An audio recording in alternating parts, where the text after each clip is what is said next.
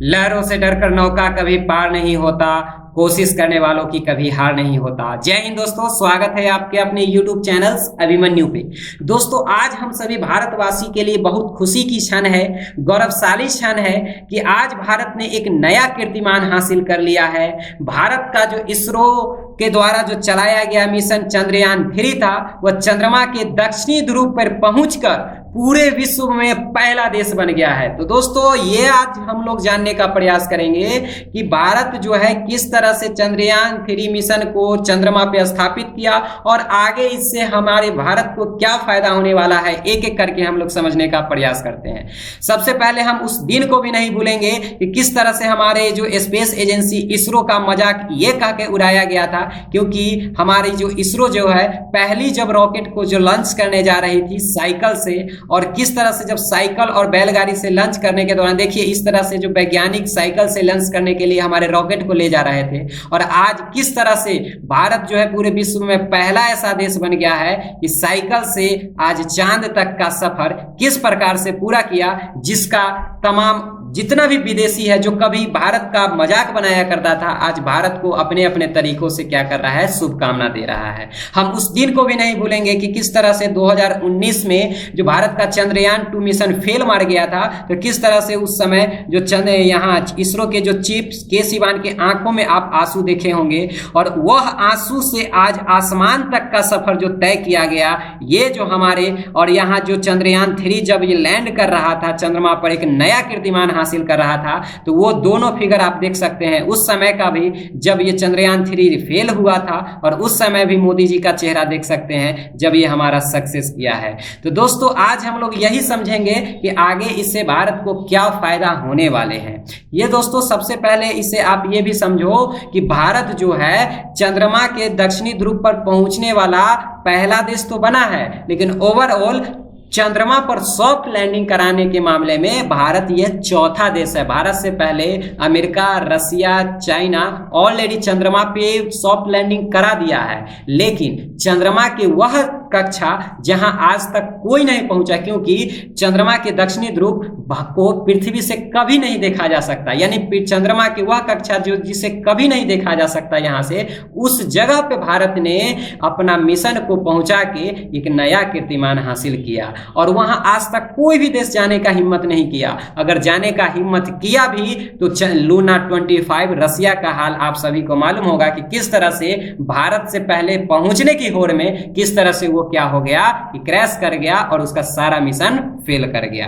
अब ये हम लोग देखेंगे कि किस तरह से जो कभी भारत का मजाक बनाया करते थे, आज अपने अपने ट्विटर हैंडल, न्यूज से क्या कर रहे हैं, न्यूज अखबार से भारत का बधाई दे रहे हैं। चाहे आप न्यूयॉर्क टाइम्स की बात कर लो, वाशिंगटन पोस्ट की बात कर लो, BBC नेटवर्क की बात कर लो, ये जर्मनी का देख लो, उसके अलावा यहाँ तक कि पाकिस्तान की भी जो न्यूज एजेंसी है वो भी अपने फ्रंट पेज पे चंद्रयान-3 इसरो की यह सफलता को क्या किया है, अपना जगह दिया है। लेकिन वही जब मैंने चाइना के पेज को उगाड़ा, यानी उसके न्यूज को देखा, तो उसके किसी भी पेज पे हमारे चंद्रयान-3 की सफलता कहीं भी उसे नजर नहीं आई। यहाँ से चंद्रयान-3 की सफलता में चीन की मानसिकता आप सभी को देख सकते हैं कि ये पाकिस्तान भी हमारे चंद्रयान-3 का, हमारे वैज्ञानिकों का, हमारे इसरो का मुरीद हो गया, वही चाइना के नजर में उसे यह सफलता दिखाई नहीं दे रहा है। तो चाइना से तो हम बाद में निपटेंगे ही, पहले ये चंद्रयान-3 के बारे में आप लोग समझ लो। चंद्रयान-3 का जो टोटल सफर था आप सभी को मालूम है किस तरह से 14 जुलाई को 2023 को इसे लॉन्च किया गया, और 41 दिन के सफर में जो है किस प्रकार से, वहां मैंने एक वीडियो भी किया था, आप सभी ने इसे ढेर सारा प्यार भी दिया था कि किस तरह से 41 दिन के सफर को पूरा करके एक नया कीर्तिमान हासिल कर दिया। अब आपके मन में सवाल आएगा कि पहुंच तो गया है, अब आगे क्या होगा। तो सबसे पहला सवाल कि जिस उद्देश्य से गया है, तो पहला काम है कि उस उद्देश्य को पूरा करना।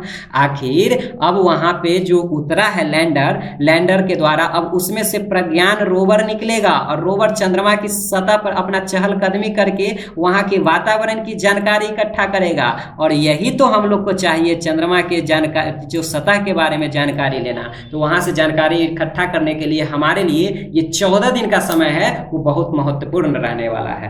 अब एक एक करके समझते हैं कि इससे भारत को क्या फायदा होगा। भारत वहां पहुंच गया तो भारत को क्या बेनिफिट होने वाला है। तो देखिए दोस्तों, भारत का सबसे पहला फायदा की बात करें कि भारत का जो मून इकोनॉमी है, अब भारत को अरबों डॉलर का क्या आने वाला है, फायदा होने वाला है। अरबों डॉलर भारत में निवेश होंगे। बेजोस का नाम आप लोग सुने होंगे, ये अमेजन वाले हैं, अमेजन के चीफ हैं, अमेजन के संस्थापक। इनकी एक स्पेस कंपनी है जिसका नाम है ब्लू ओरिजिन। ये ब्लू ओरिजिन क्या करती है कि यहाँ इसका इस्तेमाल जो है अपने स्पेस एजेंसी का टूरिस्ट प्लेस के लिए, यानी स्पेस टूरिज्म, यानी कि पर्यटन के लिए आप लोग बहुत हो गया, मान के चलो कि जगह पे, स्थल पे, जगह जगह घूमने के लिए लोग, पर्यटक लोग जाते हैं। अब उसकी जो चाहत होती है पर्यटकों की, अब अंतरिक्ष में घूमने के लिए, तो जेफ बेजोस की जो कंपनी है ब्लू ओरिजिन, वो अंतरिक्ष में घुमाने के लिए ले जाती है। और वह जो है, अब आपको यहां जानकारी होना चाहिए कि भारत ही एक ऐसा देश है कि भारत जो है अब चंद्रमा की उस कक्षा पे पहुंच गया जहां आज तक कोई नहीं पहुंचा।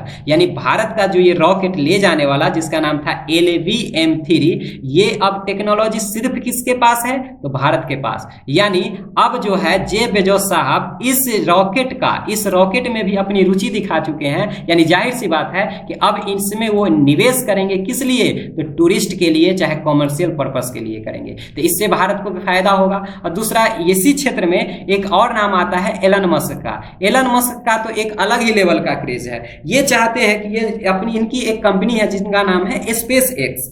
ये चांद तक ट्रांसपोर्ट सर्विस देना चाहते हैं। यानी अब व्यक्ति को जो पर्यटन के लिए अब चांद पर भी ले जाना चाहते हैं। तो इसके लिए भी अब हमारे भारत की ये टेक्नोलॉजी में क्या करेंगे, अपनी रुचि दिखाएंगे और अरबों डॉलर का निवेश कर पाएंगे।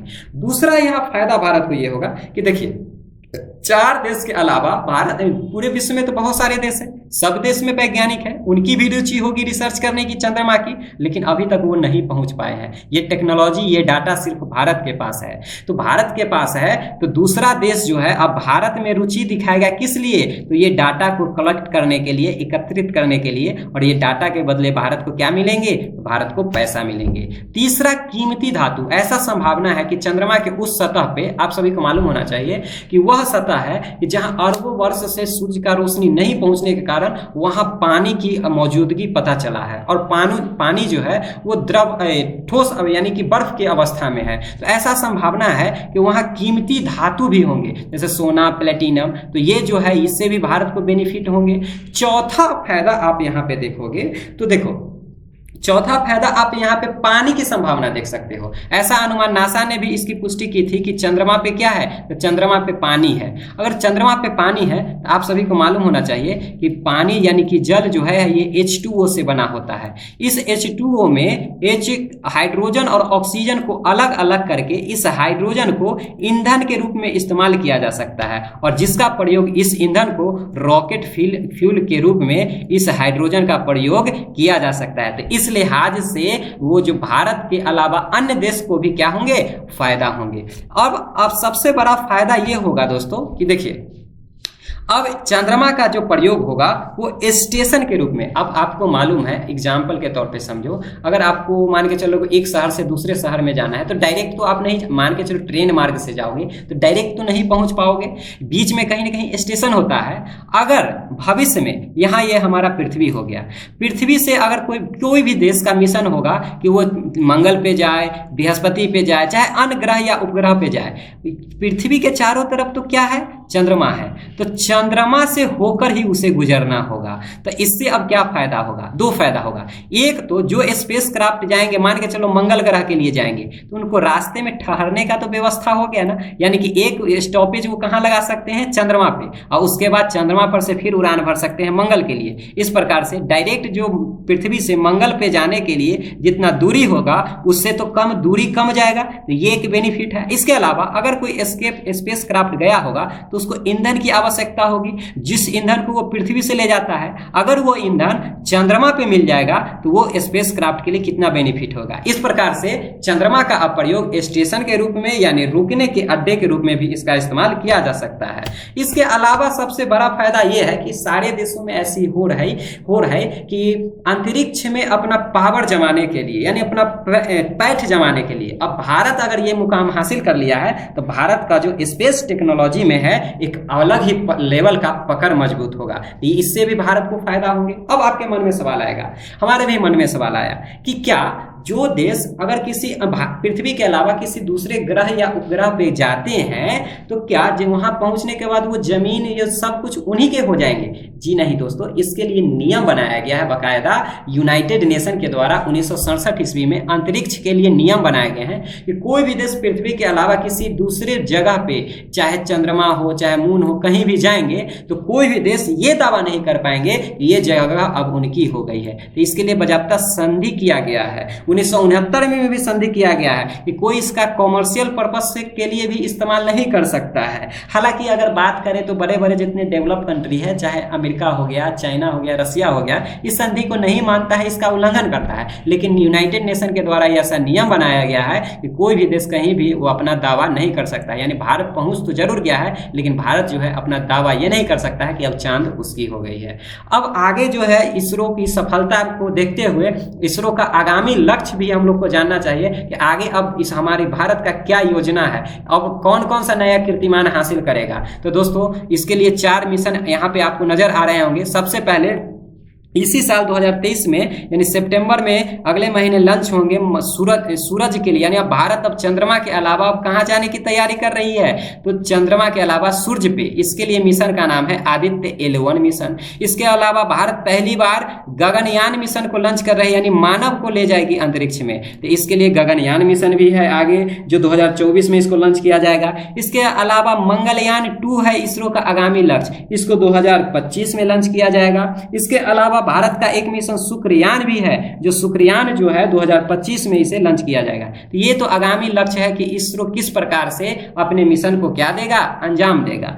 देखिए भारत जो अपना ये मिशन सक्सेस किया, विश्व में एक नया रिकॉर्ड स्थापित किया, लेकिन इसके लिए जो हमारा एक सदाबहार मित्र रहा है रसिया, शायद उसे ये पसंद नहीं आया था।